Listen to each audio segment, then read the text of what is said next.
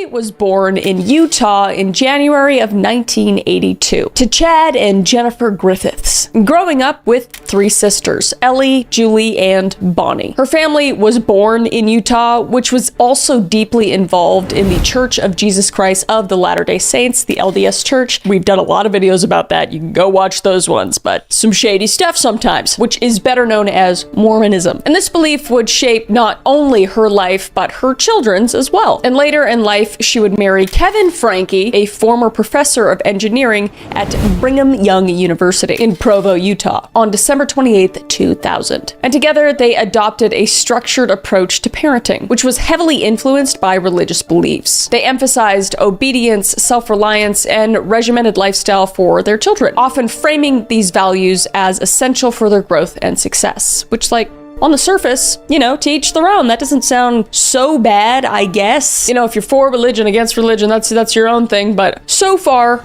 we seem okay. Buckle up. So as the couple's family grew, Ruby saw an opportunity to document their lives and share her parenting philosophy with a broader audience. So the launch of the 8 Passengers in 2015 marked the beginning of her vlogging career and the end of these kids' safe, private childhood. Just I can't stand these people. I can't stand people that exploit their children. Jail. Oh wait, she's already in it. I'm giving it away. Let's continue. So Ruby felt the need to share this part of her life. A lot of mothers think their way of teaching and raising their child is the best way. Not all mothers. I think a good mom always thinks there's room for improvement. I think that makes a really good parent. But Ruby, nay, she thought she was perfect. But sometimes they just want to share their life experience and document their children, which again is like okay on the surface if it's just here and there and it's with, you know, friends and family, not with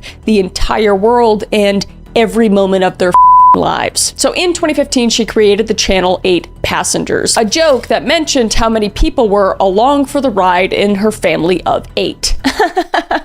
It's not that funny. It's not that funny. Herself, her husband, along with her 6 children, Sherry, Chad, Abby, Julie, Russell, and Eve. And her audience began to expand with her semi-relatable content about raising children and experiences as a mother. And she had a pretty loyal fan base of moms and others entertained and even inspired by her take on parenting. And eventually she would reach her peak of popularity, garnering around 2.5 million subscribers on her over 1 billion views by mid-2020, which is insane. However, with more eyeballs on her channel, people began to realize that she definitely wasn't an ordinary family channel, and something was off about her treatment of her children. And the treatment of her children was mostly on camera. The only way the audience could see their lives are going, since they're not only on flip phones, but because she's the only one allowed to use technology and record, at least from what I could gather. No texting at the dinner table. No texting. But I mean, her punishments are insanely ironic by nature, because she would be punishing her child for texting at the dinner table while she had a huge camera pointed in their face. The irony is just spelt out all over the place. And one of the worst controversies was the admission on camera in one of the vlogs of one of the children, which was Chad, describing how he was grounded from his room for 7 months. What? Did he murder someone? That's a jail. What? My bedroom was taken away for 7 months, and then you give it back like a couple weeks ago. I don't think our viewers know that. You've been sleeping on a beanbag. I've been sleeping on a beanbag since October. So instead of sleeping in his bed, he had to sleep on a beanbag, and his mother was sitting next to him, laughing and smiling like it was the funniest thing ever. Oh, my son has a perfectly fine room, and what he did wasn't that big of a deal, but it makes for great content, so tell us how miserable you are, Chad. Just sick. She's sick. I hate her, so I don't like this. So, wait. What is the reason he would deserve such a punishment, you know? Ask yourself that. Well, the reason that's been in my head. It's pretty funny, but now that I look back, I mean, it's pretty depressing. No, we never told our viewers. That I woke Russell up at 2 in the morning and told him that we're going to Disneyland and he has to pack. And he got up and made his bed all neatly and then packed all his clothes in a suitcase. And then he walked out the door and I'm like, Russell, he was like, what? And he's all happy. if that's grounds for grounding your child and banning them from the room for 7 months, I should literally be in a 30-year sentence in my parents' basement right now. Like, so mild, so innocent. Like, that is funny. That is some shit I would pull. Like, they just weren't allowed to be kids. Like, it didn't harm anyone. Made a couple people a little sleep deprived for a night. My God. So when he's laughing and telling the story, she looks at him very displeased, stating that if it's so funny, maybe he needs more time to learn his lesson. And he wasn't even in his room. He was sent to the family room and had to sleep there for 7 months. Not his bedroom, the family room. Like, I can't even imagine, like, just, can you imagine no privacy for 7 months as at this point, I don't know exactly how old he is, but a teenage boy. And I know a lot of people don't have that option, but to have that option and it just to be stripped away from a person that you think that's supposed to protect you and respect you, and it makes me really sad. It makes me really sad for this kid. Like, obviously, they're at a point where they are privileged, but at the same time, other side of the coin, they're living in a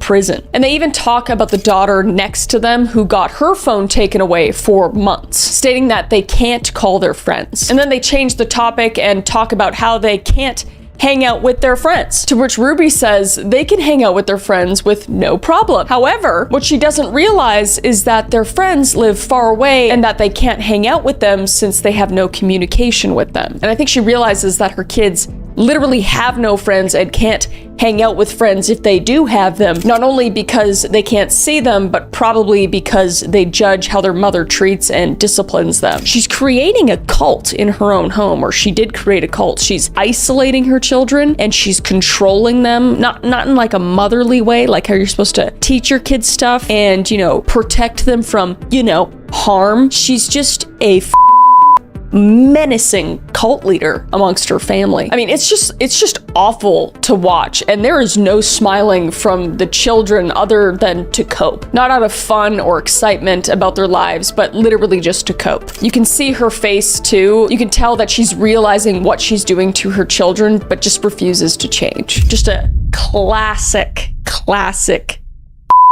narcissist. And it's hard to justify this behavior, and it seems that the audience also agreed with this, thankfully. Considering I had to make this video, you can tell people did not like the response to this. But another horrible disciplinary action was the lunch deprivation incident. And this incident involved the 6-year-old daughter, Eve. And according to Ruby in her vlog, she states her daughter's teacher texted her and told her that her 6-year-old did not pack a lunch. I just got a text message from Eve's teacher. She said that Eve did not pack a lunch today, and can I bring a lunch over to the school? And she would then ask Ruby to bring a lunch for her because she's at lunch without food. And Ruby says this happens frequently, and she knows her teacher is uncomfortable with her not having a lunch, and it would ease her discomfort if she did have a lunch. Her 6-year-old daughter is going to school with no lunch as a punishment.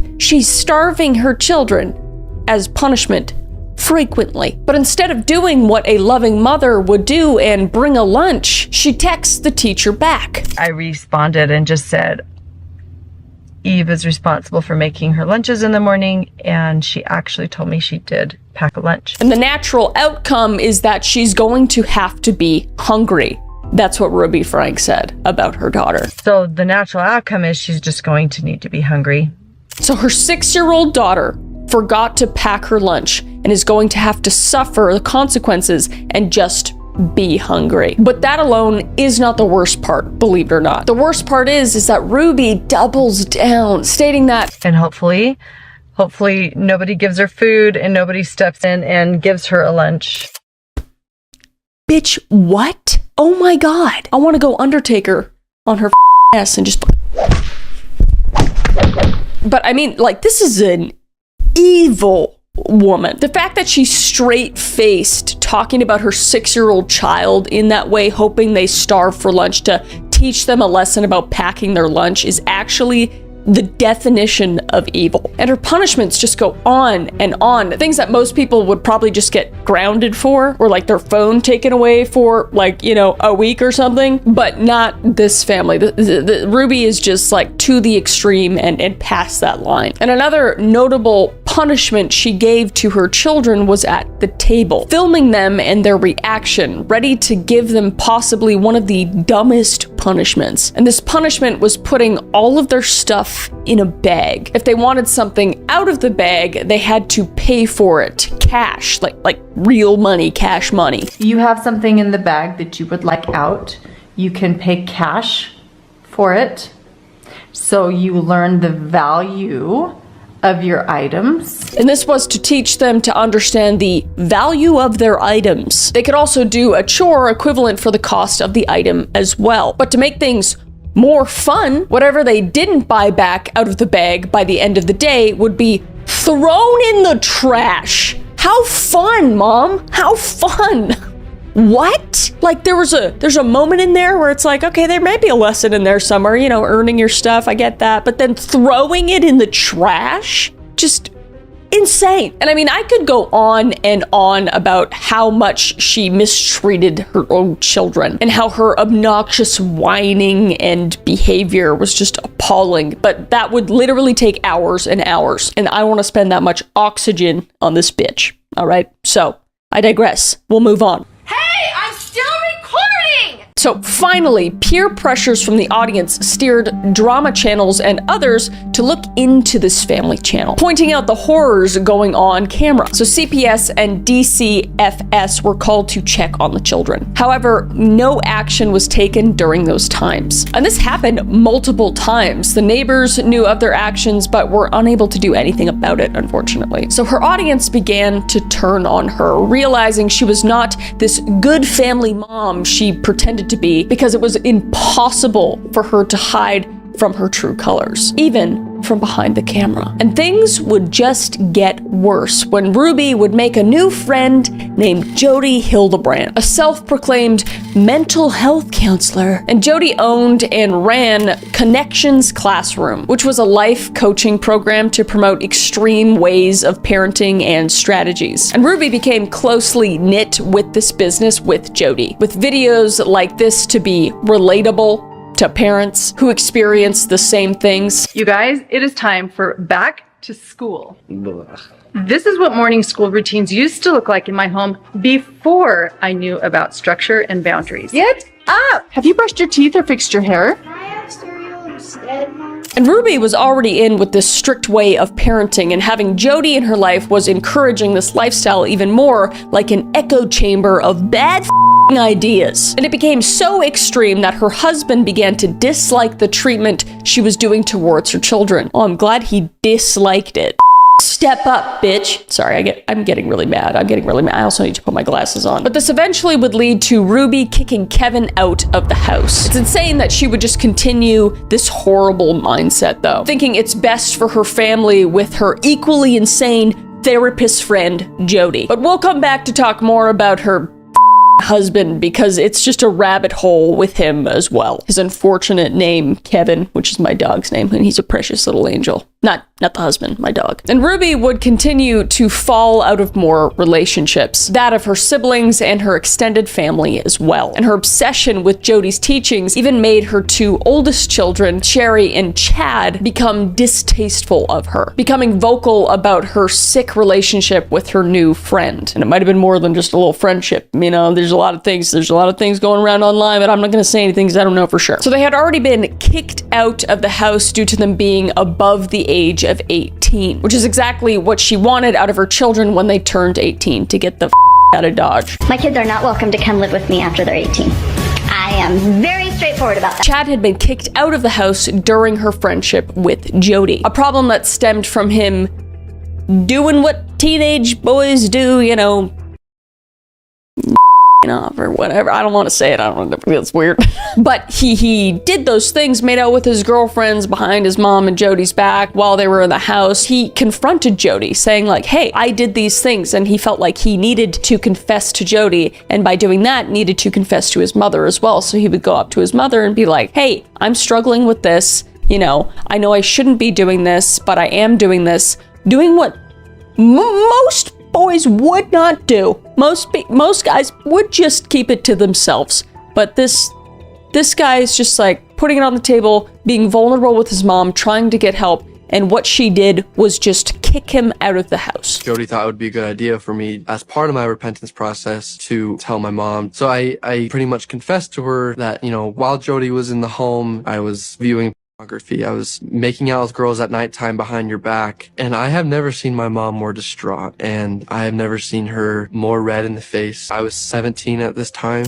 Great parenting. 10 points to Ruby and Jodi. And that brings us to one horrifying day, specifically August 30th, 2023. Something would completely change Jodi, Ruby, and her children's lives in an instant. On August 30th, 2023, a 12-year-old boy was seen knocking on the door of his neighbors. I just had a 12-year-old boy show up here at my front door asking for help. And he's said he had just came from a neighbor's house, and we know there's been problems at this neighbor's house. This boy was asking for some food and water, shown skinny and with duct tape around his ankles. And when examined closer, injuries to his wrists and ankles were severe, leaving damaged tissue and muscle. And the boy ringing the doorbell asked for the police, and he was obviously thin and starving. So the neighbor gave him a banana and some water and waited for the police to come and arrive. And after a deep examination of the boy at the hospital, they found cayenne pepper and honey had been used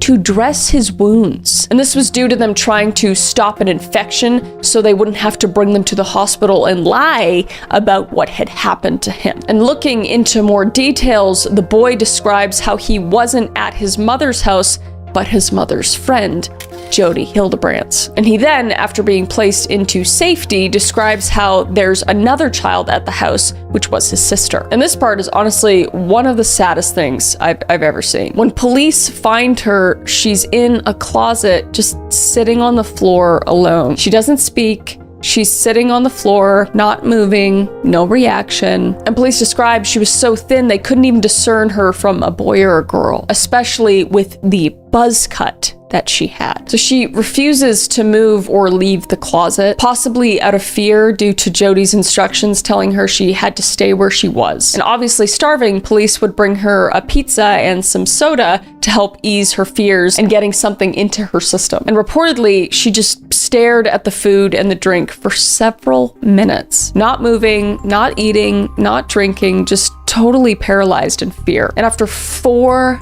hours, she would finally stand up and leave the closet. And afterwards, both Jodi and Ruby were arrested. You bitches. And in the arrest, you can see Ruby annoyed in the handcuffs. The audacity. And later, when detectives question her, she's seen blinking like a psychopath and completely silent. It's honestly just sick. And when she finally responds to a question, it's to wait for her lawyer. I'll wait till I have a lawyer. And Jodi, equally insane, telling detectives if they knew all the pieces of the story, they'd have a lot of empathy. Like, just shut the up, put some duct tape around your mouth, shove you in a closet, and not give you food. How about that? No? Yeah, probably not. That's probably not a good thing to do. Prison?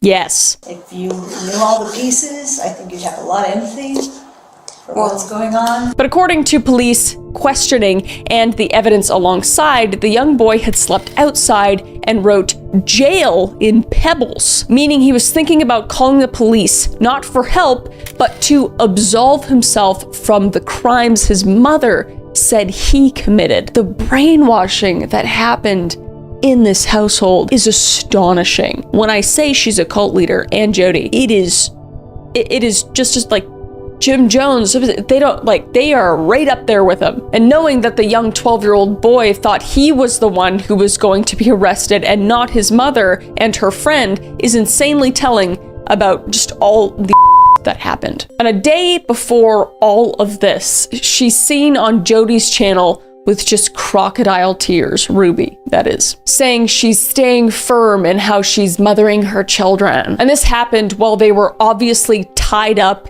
in this exact house, which is horrifying to think about. You wonder where I've been on my vlogs? You wonder why I left YouTube? It's to save my kid. No amount of money. I'm telling you, I was making millions, and I left it because my kids were being hurt. With entitlement, they were being hurt. And she was then charged with 6 counts of felony aggravated child. However, we wouldn't know if she would suffer for her crimes until later that year. Ruby was held without bail. And the media was all over this. Any sort of influencer that is charged with something is immediately national headlines, as we know. And to no one's surprise, everyone celebrated the fact that she was finally caught and arrested and were eagerly awaiting details of what would happen to her, including myself. And before Jodi Hildebrandt could be charged, she immediately surrendered her license as a counselor. I f***ing hope so. And on December 18th, 2023, Ruby pleaded guilty to 4 counts of the second-degree aggravated child charges. And in the proceeding, they talked about how she would her children. One story involving her young son working outside for several weeks without any protection, which caused him to be severely burned. And Jodi herself was also charged with 4 counts on December 27th of the same year. Ms. Franke, how do you plead to count 1, aggravated child abuse, a second-degree felony? Guilty. To count 3, aggravated child abuse, a second-degree felony? Guilty. To count 5, aggravated child abuse, a second-degree felony? Guilty. And to count 6, aggravated child abuse, a second-degree felony? With my deepest regret and sorrow for my family and my children, guilty. And we wouldn't get any more news until February of 2024 when they would finally receive their sentencing. On February 20th, 2024, the sentencing hearing would begin. And they read off the situation Ruby and Jodi had put the kids in, describing it as a concentration camp where she starved and neglected them. From May to August in 2023, Ms. Franke and her business partner held her 2 children, ages 9 and 11, turning 12, in a concentration camp-like setting. And they were even emotionally so badly that they believed the punishments that they were receiving were earned and deserved. Heartbreaking. Like, so heartbreaking. However, the defense had taken an interesting side. They're trying to pin it all on Jodi and avoid as much punishment against Ruby as possible, it seems. And yes, she's accepting her punishment, but they frequently mentioned how most of it falls on Jodi, as if it's not the mother's fault, as if they're not her children and, oh, you know, she's responsible for her children and the care she puts them in, you know? Ruby realizes that she still has work to do in shedding those thinking errors and to reestablish a better and correct pattern of thinking and behavior. Ruby realizes that changing her thinking, reestablishing relationships, and healing are not simple or easy tasks. However, she is committed to doing that work. I would like the court to know that Ruby Franke is a delightful, respectful, and responsible person. She is open to feedback and addressing the consequences of her actions head on, and now ready to address your honor and accept your judgment. And Ruby then makes her own personal statement, talking about how she followed counseling guidance from her friend Jodi, and that in turn is the reason for her unchecked reality, as if she wasn't doing all of this before. Sorry, I can't take anything seriously that comes out of her disgusting, foul bitch mouth. Sorry. Oh my God, I need to settle down. She's right there with Casey Anthony for me. Just no remorse. I don't care.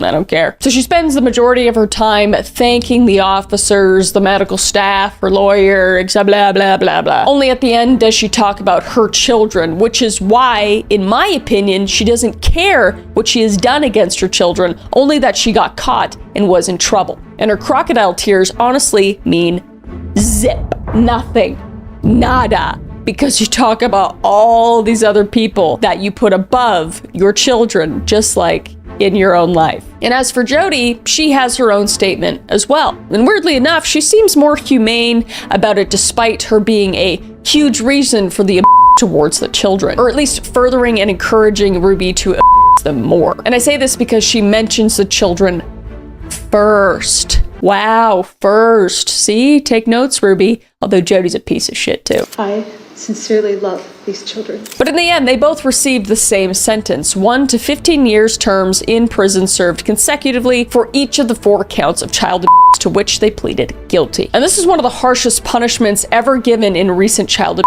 cases. However, they're more likely to serve around 30 years. Honestly, I think it should be the rest of their miserable lives.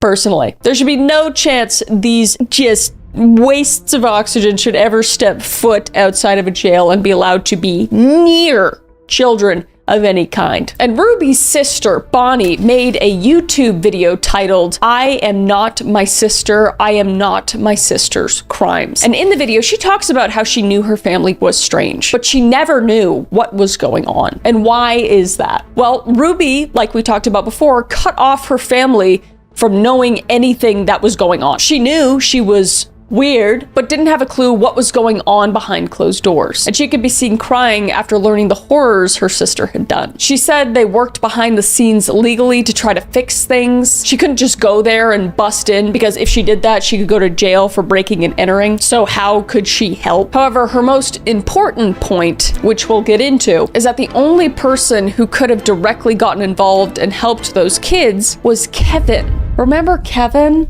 The father? Kevin, as mentioned before, was in the vlogs in 8 Passengers, Ruby's husband. And Kevin is a less talked about character in all of this, as he witnessed the abuse and eventually just left her in 2022, but never went back to help. You know, his children, who, you know, were being by, you know, his wife. But Kevin Franke would state that he was unaware of the extreme ways she was parenting. However, he talked about how Jodi was able to avoid the law because she never answered her door and more. Not answer the door, not speak with authorities, DCFS or police, just remain silent. And as long as everybody remains silent, then within a specified amount of days, typically 30, the case closes by itself. But what's weird is the interrogation he had with detectives and his reaction to learning the information. He's seen crying about what's gonna happen to his wife because he loves his wife. You know, the wife that his children. And he has no reaction to anything. He's just stone cold and it just feels wrong and a little evil. Not gonna lie. It's my opinion, okay? Not saying he did anything. Well, I'm just saying he didn't do anything. And I can say that because he didn't. But just look at his reaction to the officer saying he doesn't know how he'd feel if he wasn't able to see his kids. That's tough. I can only imagine how that feels, man. I got kids. And not have seen them for that long, that would tear a little piece of my heart out.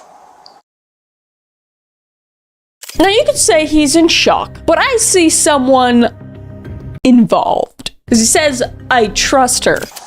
I trust her.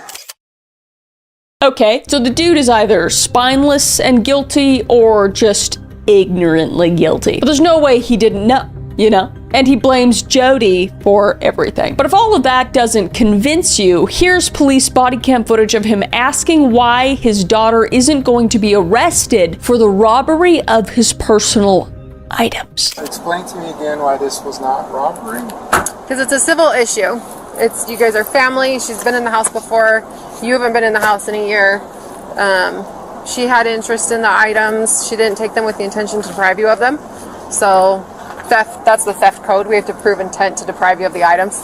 And that wasn't her intent in having them. So the detective sergeant said that we're not going to charge her for anything. Okay.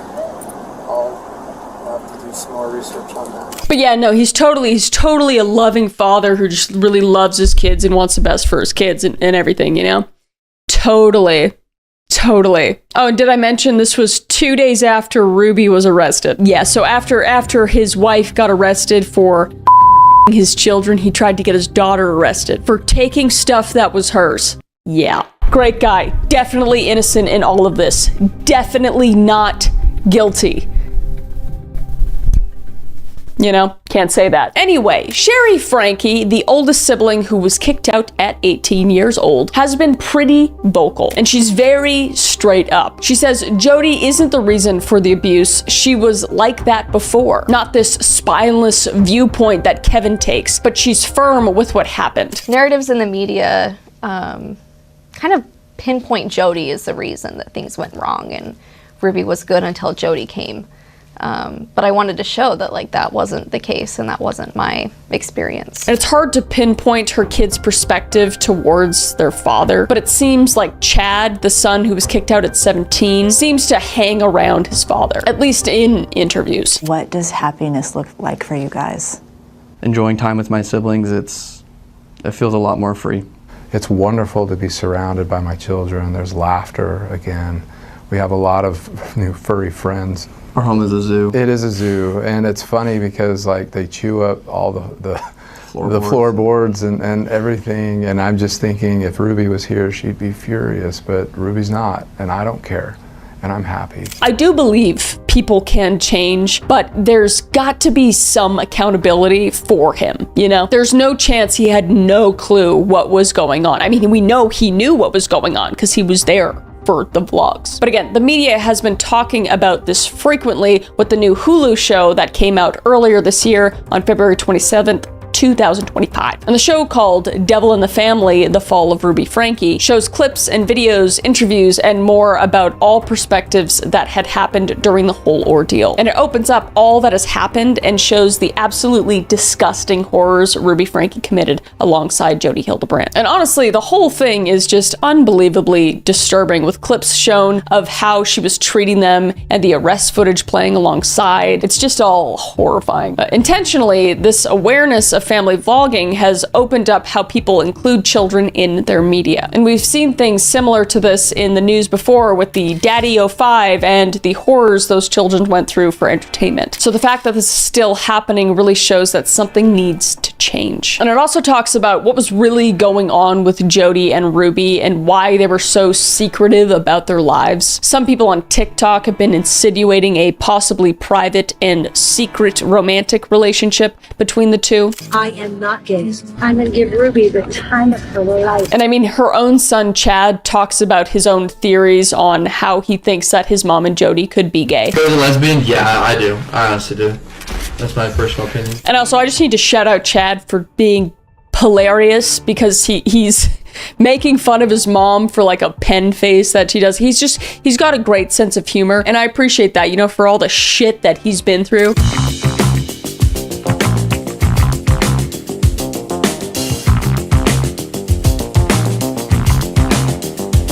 But anyway, according to Sherry, she states that they had a weird vibe. She mentions the fact that no one would move in with their therapist and the fact that Jodi was in her bed before she moved out. And Sherry, the oldest, has her own book, which involves more details about her life and the strangeness and the awfulness of Jodi and Ruby. So what about the family now? Well, it seems Chad is in real estate and is glowing. He seems much happier and can laugh off all the horrible trauma. Humor does really heal a lot of wounds in my personal experience as well, but I really hope that he's doing well. And Sherry is happily married and states that she does not want to share anything about her wedding, her husband, or her children on the internet, and that they deserve privacy.